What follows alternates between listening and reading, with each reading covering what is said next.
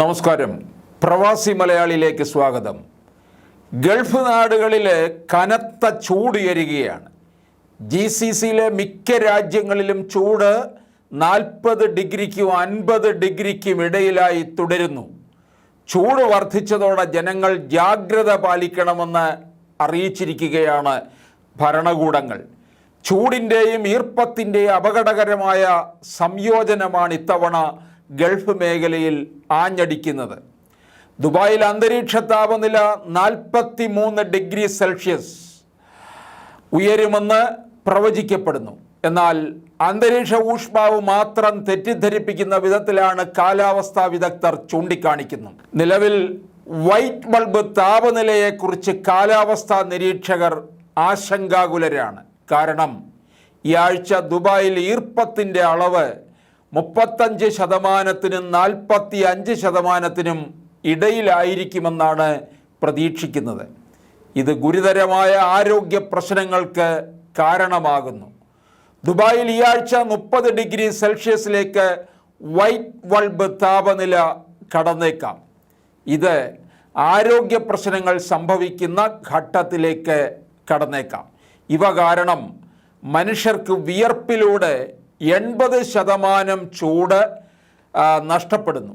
അതിനാൽ ഈർപ്പവും വായുവിൻ്റെ താപനിലയും ഉയർന്നതാണെങ്കിൽ അധിക ചൂട് പുറന്തള്ളുന്നത് ബുദ്ധിമുട്ടായ കാര്യമാണ്.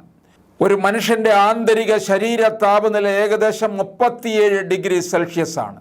എന്നാൽ വ്യായാമത്തിലൂടെ കൂടുതൽ ചൂട് ഉണ്ടാക്കുന്നു. 2010 ഹ്യൂബർ എന്ന ഗവേഷകൻ നടത്തിയ ഒരു സുപ്രധാന പഠനത്തിൽ 6 മണിക്കൂറിനൊപ്പം 35 ഡിഗ്രി സെൽഷ്യസ് വൈറ്റ് ബൾബ് താപനില നിലനിൽക്കുന്നത് ആളുകളിൽ ഹൈപ്പർ തേർമിയയ്ക്ക് കാരണമാകുന്നു. ഗുരുതരമായ ആരോഗ്യ പ്രത്യാഘാതങ്ങൾ അല്ലെങ്കിൽ മരണത്തിന് കാരണമാകുമെന്നും കണ്ടെത്തിയിട്ടുണ്ട്. ഇന്ത്യയിലടക്കം വൈറ്റ് ബൾബ് താപനില ഉയർന്ന സാഹചര്യം ഉണ്ടായിട്ടുണ്ട്. മാസങ്ങൾക്ക് മുമ്പ് പശ്ചിമ ബംഗാളിൽ ചൂട് ഈർപ്പവും കൂടി ചേർന്ന് മനുഷ്യ ശരീരം വെന്തുപോകുന്ന അവസ്ഥയിലേക്ക് എത്തിയിരുന്നെന്ന് കാലാവസ്ഥാ റിപ്പോർട്ടറായ സോമിനി സെൻഗുപ്ത പങ്കുവയ്ക്കുന്ന ലേഖനത്തിൽ കുറിച്ചിരുന്നു. ഒരു തെർമോമീറ്റർ നനഞ്ഞ തുണിയിൽ പൊതിഞ്ഞ് താപമളക്കുമ്പോൾ ചൂട് ഈർപ്പവും 35 ഡിഗ്രി സെൽഷ്യസ് രേഖപ്പെടുത്തുന്ന പ്രതിഭാസത്തെയാണ് വൈറ്റ് ബൾബ് താപനില എന്ന് വിളിക്കുന്നത്.